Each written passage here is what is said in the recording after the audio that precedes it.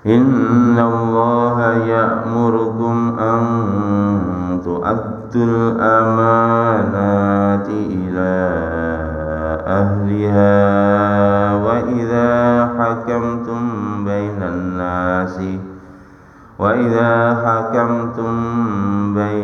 nasi an tahkumu bil 'adl innallaha ni'ma ya'idukum bih innallaha kana sami'an basira. Ini masih ayat 58. Sesungguhnya Allah memerintahkan kepada kalian supaya menunaikan amanah kepada yang berhak menerima amanah itu. Demikian juga apabila kamu menghakimi satu masalah di antara manusia, maka hakimilah mereka dengan cara yang adil. Sesungguhnya Allah sebaik-baik pemberi nasihat terhadap perkara ini. Sesungguhnya Allah Maha mendengar lagi Maha melihat. Insyaallah kita teruskan tafsirnya. Qala Sufyan Ats-Tsauri an Ibni Abi Laila al-Rajulin an Ibni Abbas fil ayati qala ya mubhamatun lil birri wal fajr.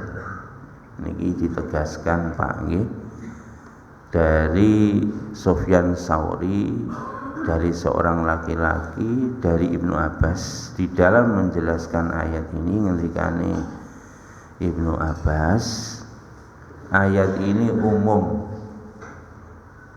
berlaku umum baik kepada orang yang taat maupun orang yang berbuat maksiat. Niki Pak, hati-hati nggih. Kita ini harus menunaikan amanah itu, harus berbuat adil itu kepada semua orang. Wong iki napa namine mbuh wong taat upaya wong ahli maksiat, nak jenenge amanah harus ditunaikan. Nak jenenge amanah harus disampaikan. Demikian juga kalau kita menghakimi juga harus adil.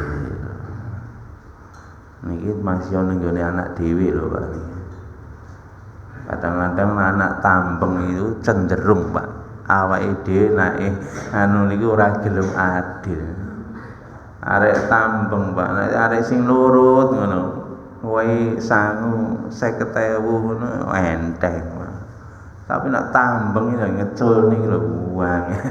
Makanya jenengan Pak, anak tambeng, anak gak tambeng niku kudu berbuat adil. Niki Pak. Wa qala Muhammad bin Hanafiyah hiya musjalatun lil birri wal fajr. Sama menurut Imam Muhammad bin Hanafiyah pun juga bahwa ayat ini berlaku umum baik orang yang taat maupun orang ahli maksiat. Kepada siapapun harus menunaikan amanah dan juga harus adil. Lah niki banyak nggih terjemahane tentang amanah niku. Niki qala Ubay bin Ka'ab minal amanah annal mar'ata uktumina ala farjiha. Niki nyon sewu. Termasuk amanah, amanah pada diri sendiri. Ini tadi amanah terhadap orang lain. Amanah terhadap diri sendiri nopo niki termasuk nak menurut Ubay bin Ka'ab radhiyallahu anhu niki termasuk amanah itu anggota tubuh kita niki kudu dijogo, jangan sampai berbuat maksiat. Meripat niki amanah saka Gusti Allah. Niki harus ditunaikan amanah ini dari Allah. Yakni napa? Meripat niki diinggih taat ngene Gusti Allah. Wabil khusus wong wedok niki ngendikane Ka'ab. Wabil khusus wong wedok nyun sewu. Wong lanang ya padha. Napa nyun sewu? Amanah tenggene Quran wa ala furujihim yuhafizun. Ya maaf, kemaluanmu wahai wong lanang, he wong lanang, he wong wedok, iku titipan kang Gusti Allah, aja sakarepe dhewe. Makane niku termasuk amanah. Jadi amanah tadi orang lain yang taat maupun tidak taat harus ditunaikan. Demikian juga terhadap diri sendiri, seluruh anggota tubuh yang dititipkan oleh Allah pada kita itu termasuk amanah, digunakan sesuai yang dimaui oleh Allah. Menurut Ibnu Anas, hiya minal amanati fi ma bainaka wa bainan nas. Nah, menurut Ubay Ar-Rabi'ah Ibnu Anas, amanah itu menyangkut hubungan antara kamu dengan orang lain. Ini sahabat pun juga berbeda. Ada yang menyampaikan amanah itu terkait interaksi dengan orang lain, tetapi menurut Ubay bin Ka'ab amanah itu adalah terkait dengan diri sendiri, anggota tubuh yang dititipkan oleh Allah. Dan ini menurut Ibnu Abbas lagi, qala yadkhulu fihi wa'idhu sultanun nisa, yakni yaumul aid. Niki nak menurut Ibnu Abbas lagi, semuanya saja menyangkut hak dan kewajiban baik atas orang lain maupun diri sendiri, itu namanya amanah. Sampai yang paling umum itu adalah nasihatnya seorang raja kepada wanita pada waktu hari raya. Artinya ketika hari raya kita memberikan nasihat kepada orang lain. Kalau Ibnu Abbas dahulu raja kepada para wanita, kita juga begitu. Mungkin nasihat kepada orang-orang yang sowan, yang silaturahim kepada kita, itu juga termasuk amanah. Nggih. Pun niki definisi tentang amanah. Dan ini termasuk amanah lagi kisahnya. Niki An Utsman bin Abi Thalha alladzi sarat al-hijabatu fi naslihi ila yaumi aslama Utsman hadza fil hadnati baina sulhil Hudaybiyah wa fathu Makkah huwa wa Khalid bin Walid wa Umar wa Amr bin As wa ma'amu Utsman bin Talhah bin Abi Talhah fa kana mahu laul liwa'ul musyrikina yauma Uhudin wa qatala yauma idzin kafiran wa inna ma nabbahana ala hadzal nas bi anna katsiran minal mufassirin qad yastabahu alaihi hadza bi hadza wa sababun nuzulihi niki lima akhadha minhu Rasulullah SAW miftahul Ka'bati yaumal fathu tsumma raddahu alaihi. Niki termasuk cerita tentang amanah bahwa niki dulu Nabi Shallallahu Alaihi Wasallam ketika Fathu Mekah itu beliau datang ke Ka'bah mengambil kunci Ka'bah. Yang jaga kunci Ka'bah itu namanya Utsman bin Talha. Pada waktu itu belum masuk Islam. Terus Nabi meminta kunci itu. Akhirnya apa? Setelah Utsman bin Thalhah masuk Islam, kunci itu karena ini amanah sejak dulu dikembalikan oleh Nabi untuk memegang kunci itu kepada Utsman bin Thalhah. Nah ini ngoten. Beliau Utsman bin Thalhah itu masuk Islam yakni sebelum Nabi datang ke Mekah, beliau sudah masuk Islam dulu. Meskipun demikian Nabi mengambilnya, tapi tidak beberapa lama kunci itu dikembalikan kepada Utsman bin Thalhah radhiyallahu anhu, karena ini adalah yang lebih berhak atas amanah menjaga Ka'bah. Bahkan Pak, ini sampai hari ini yang menjaga, yang pegang kuncinya Ka'bah itu adalah keturunannya Utsman bin Thalhah radhiyallahu anhu. Niki ceritanya, anna Rasulullah sallallahu alaihi wasallam bi Makkah wa ma'ana nasa kharaja hatta ja'al bait fatafa bihi sab'an ala rahilatihi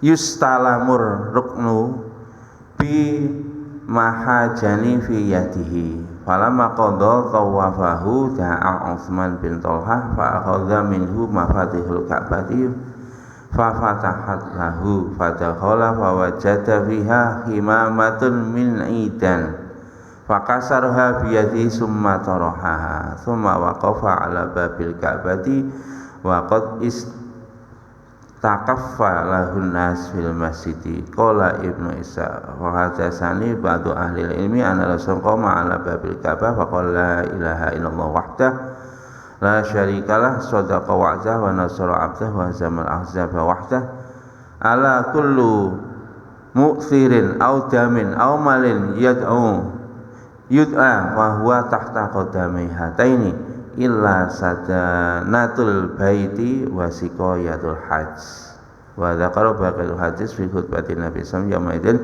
illa anqal thumma jalasa Rasulullah sallallahu alaihi wasallam fa qama ila Ali bin Abi Thalib wa mafatihul ka'bati fi yadihi fa qala ya Rasul ijma' lana al-hijabatu masiqayati sallallahu alaihi wa qala Rasul sallallahu aina Utsman bin Thalhah fatalahu faqalahu haka mafatihuka ya Utsman al-yaum yaumul wafa wal bara. Niki Pak.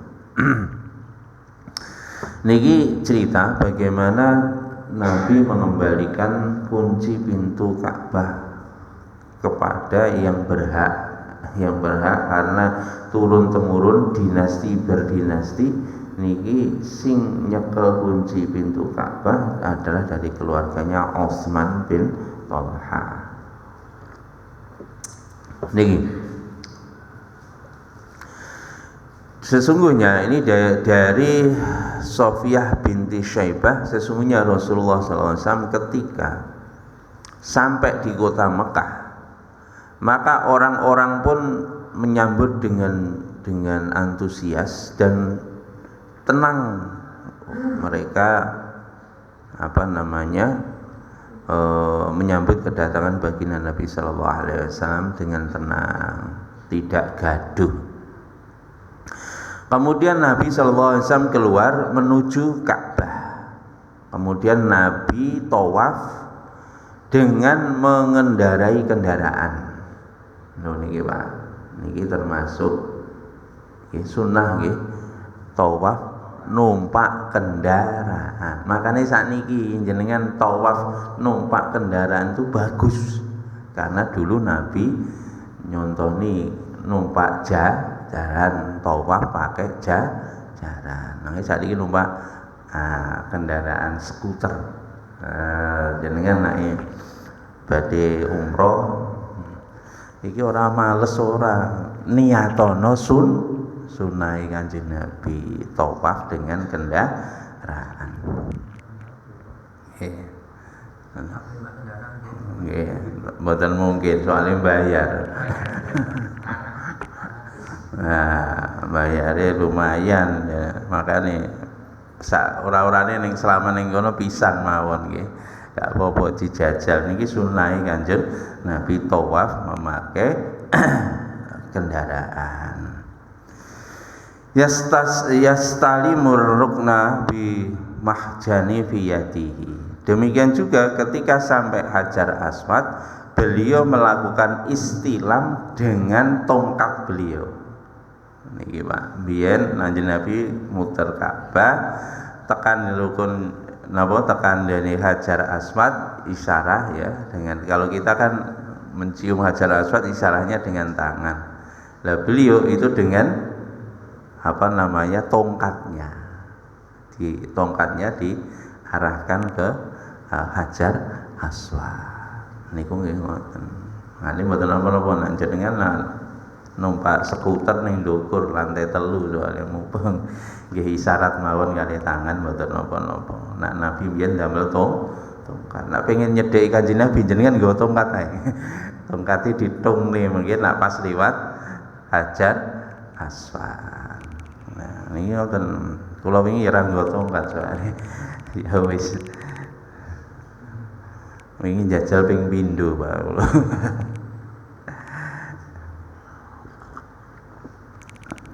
Cowopet, Pak. Enak, Pak. Falamma qadha tawafahu da'a Utsman bin Thalhah fa akhadha minhu miftahul Ka'bati fa fatahat lahu. Maka ketika selesai tawaf, maka Nabi memanggil Utsman bin Thalhah yang memegang kuncinya Ka'bah, maka Nabi mengambil kunci itu dari Utsman bin Thalhah kemudian membuka Ka'bah. Kemudian dibukalah Ka'bah itu, maka Nabi masuk ke dalam Ka'bah, maka di dalam ternyata ada patung dari patungnya seekor burung terbuat dari kayu. Lho Pak niki riyen ning jero Ka'bah niku enten patunge manuk. Fakas saroha biyadihi, maka Nabi memecahkan patung tadi kemudian dicampakkan ke tempat sampah ya, dibuang. Kemudian Nabi berdiri di depan pintu Ka'bah. Waqad istaqaffa lahun nas fil masjid, di hadapan orang-orang yang kumpul di masjid pada waktu itu. Qala Ibnu Ishaq fa hadatsani ba'du ahli ilmi anna rasul qama ala babil Ka'bati wa qala, di dalam riwayat yang lain dari Ibnu Ishaq, begitu Nabi keluar dari pintu Ka'bah maka beliau berdiri di depan pintu Ka'bah menghadap orang-orang dan bersabda membaca la ilaha illallah wahdahu la syarikalah sadaqa wa'dah wa nasara 'abdah wa zamal ahsaba wahdah. Niki Pak, niki Nabi ketika selesai tawaf terus masuk Ka'bah terus memecahkan patung burung, keluar beliau membaca zikir ini dengan suara keras, la ilaha illallah wahdah la syarikalah, tidak ada Tuhan kecuali Allah yang esa, tidak ada sekutu baginya, maha benar janjinya Allah. Allah telah menolong hamba-hambanya, demikian juga Allah yang telah memporak-porandakan musuh-musuhnya, mengalahkan musuh-musuhnya wahdah sendirian.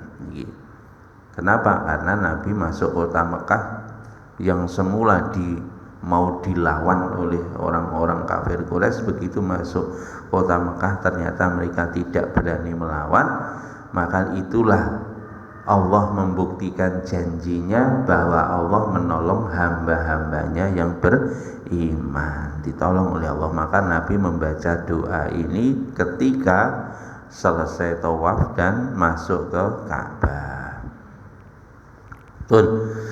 Kemudian Nabi anna ala kulla ma'surin aw damin aw malin yud'a wa huwa tahta qadamai hataini. Ketahuilah sesungguhnya semua dendam, semua darah, semua harta itu semua di dalam kendali kaki saya ini. Maka Nabi katakan, kamu ketahuilah oleh seluruh manusia bahwa sekarang Mekah di dalam kendali saya, kecuali illa sidanatul bait wasiqayatul hajj. Kata beliau, semua di dalam kendali saya kecuali apa?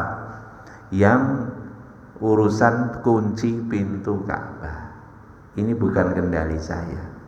Demikian juga urusan memberi minum kepada jamaah haji.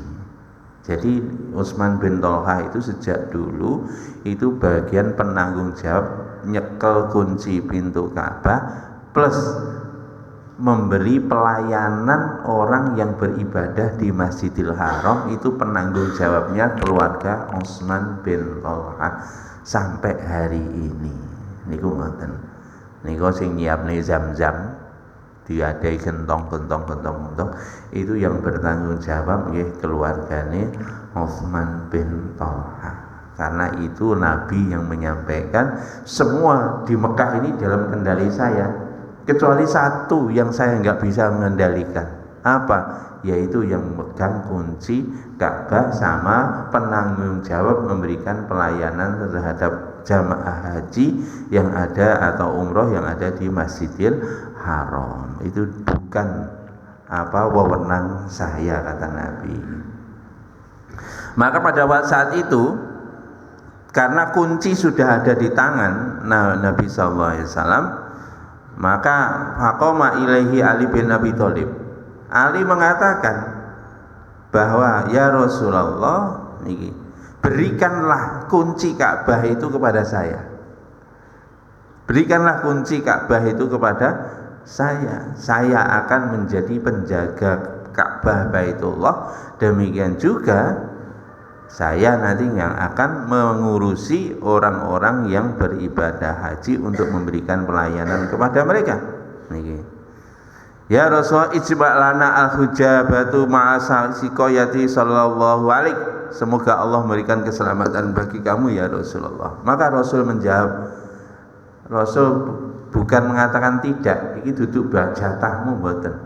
Tapi Kanjeng Nabi Sayyidina Ali mengatakan saya siap ya Rasul untuk pegang itu. Tapi Nabi tidak menjawab, langsung mengatakan di mana Utsman bin Thalhah. Maka dipanggillah Utsman bin Thalhah. Maka Nabi bersabda, haka mafatihuka ya Utsman ayyum yaumul wafa wal bar. Wahai Utsman bin Thalhah, ini kunci, ini adalah menjadi hak kamu. Akhirnya tetap walaupun Sayyidina Ali itu orang yang paling dekat dengan Kanjeng Nabi, maka Nabi pun memberikan kunci itu kepada yang paling berhak. Siapa? Nggih, keluargane Utsman bin Thalhah. Akhirnya diberikan kepada Utsman bin Thalhah, dan ketahuilah hari ini adalah hari perdamaian. Niki hikmah Pak nggih. Niki jenengan kalau jadi penguasa seperti itu ojo sewenang-wenang. Hari ini Pak nyuwun sewu Pak, nah jenengan jadi penguasa mesti napa pejabat lama langsung di singkirno kabeh.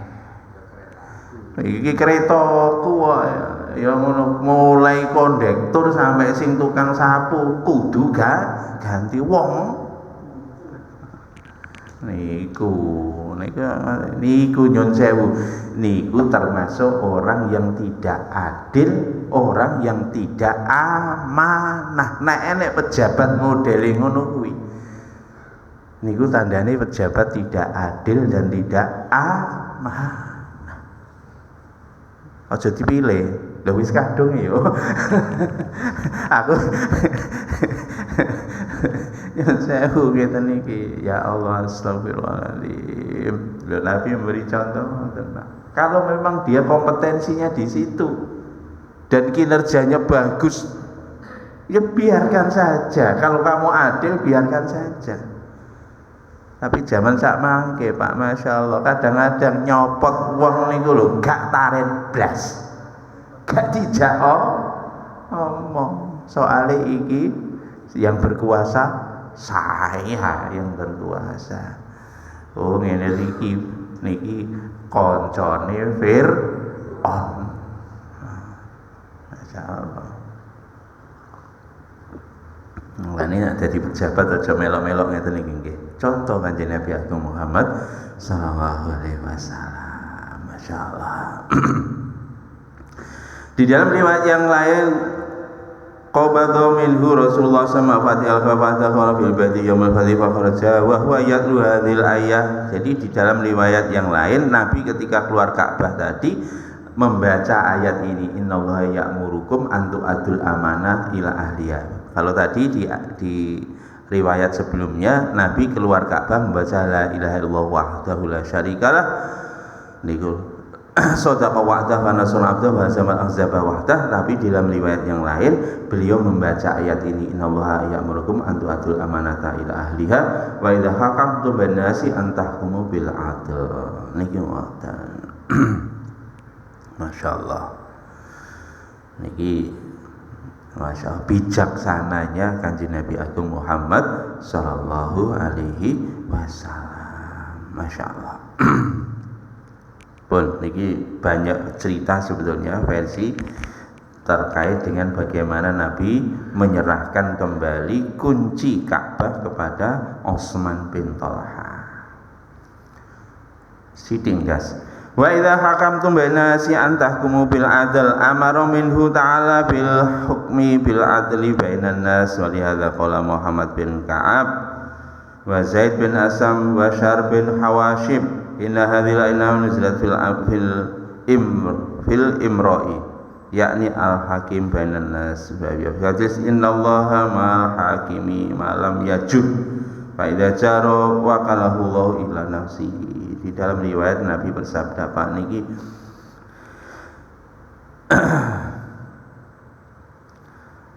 bahwa sesungguhnya Allah Subhanahu wa taala akan bersama dengan para hakim selagi dia tidak berbuat zalim.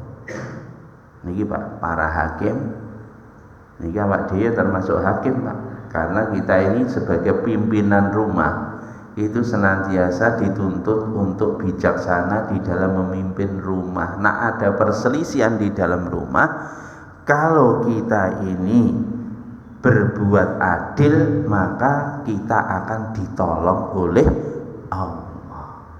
Tapi ini fa idza jaro, jika kamu berbuat zalim maka Allah akan menyerahkan urusan itu pada diri kamu sendiri dan Allah tidak memberikan pertolongan.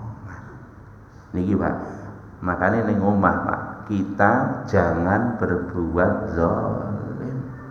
Wong lanang nak mimpin keluarga Pak, nak salah ya ngomong salah, ya dek aku salah, sepuron. Nak kita keluarganya seperti ini Pak, nanti keluarga kita ditolong oleh Allah. Kenapa? Karena kita menghakimi perselisihan yang ada di dalam rumah dengan cara yang adil. Mentang-mentang sampean pimpinan Pak, memberikan keputusan kepada ahli keluarga justru memberatkan orang lain, ngenteng nih awake dhewe, niki jenenge ora adil, membebankan persoalan kepada orang lain. Apa meneh model cuci tangan, enek masalah kabur. Lha nek ngeten iki Pak, ini bukan pemimpin yang adil, bukan pemimpin yang bijak. Nabi niku nak mimpin nyontoni Pak, sing abot-abot tambah dicekel kalih Kanjeng Nabi, sing enteng-enteng diwehne wong liya. Niku ngoten. Pemimpin sakniki nggih ngoten nggih. Nggih. Angelan golek ngono kuwi. Ngoten. Lah sing enak dhewe ya. Kuna nggih niku lah. Pun dan niku makanya nak kalau berbuat adil kita itu akan ditolong oleh Allah Subhanahu wa taala. Wa fil asar, di dalam riwayat yang adlu yauman ka ibadati arba'ina sanah. Di dalam riwayat yang lain Pak, berbuat adil satu hari saja Pak, ganjarannya seperti ibadah 40 tahun. Mane angeli adil iki ngeten Pak, adil sedina ganjarane kaya ngibadah 40 tahun. niki dadi hakim mawon nggih daftar jenengan. Mungkin nak menghakimi adil sehari itu menangani kasus 10 kasus.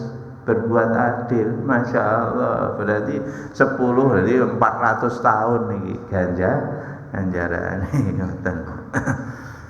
Innallaha ni'ma ya'idzukum bi, sesungguhnya Allah sebaik-baik pemberi nasihat atas perkara ini.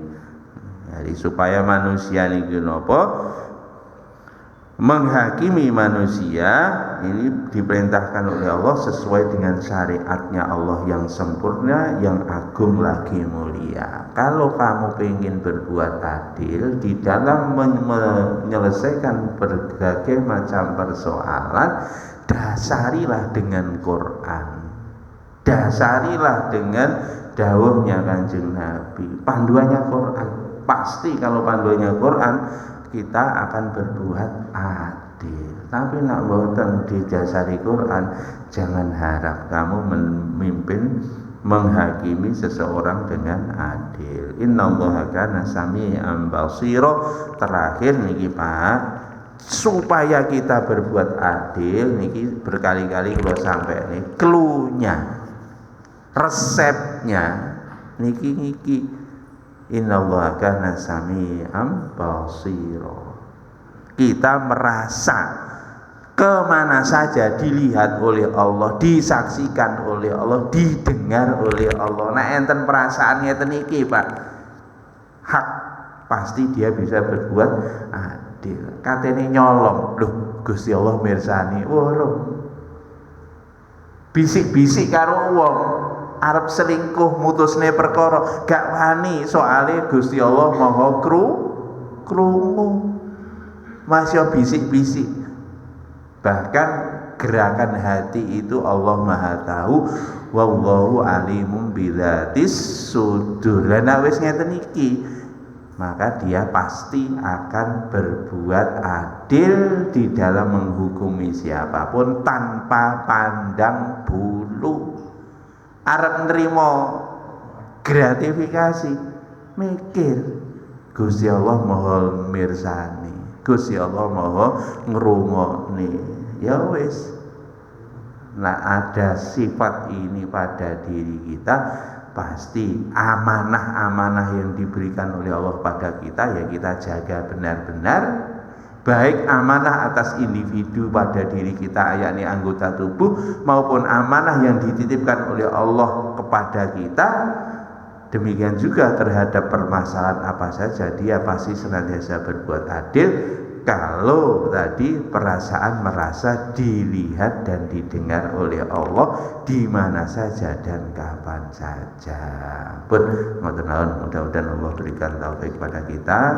Mudah-mudahan kita terus bisa menunaikan amanah secara sempurna dan senantiasa berbuat adil. Di dalam ayat yang lain, ihdilu huwa aqrabu littaqwa. Nak kon berbuat adil ini mendekatkan kepada takwa.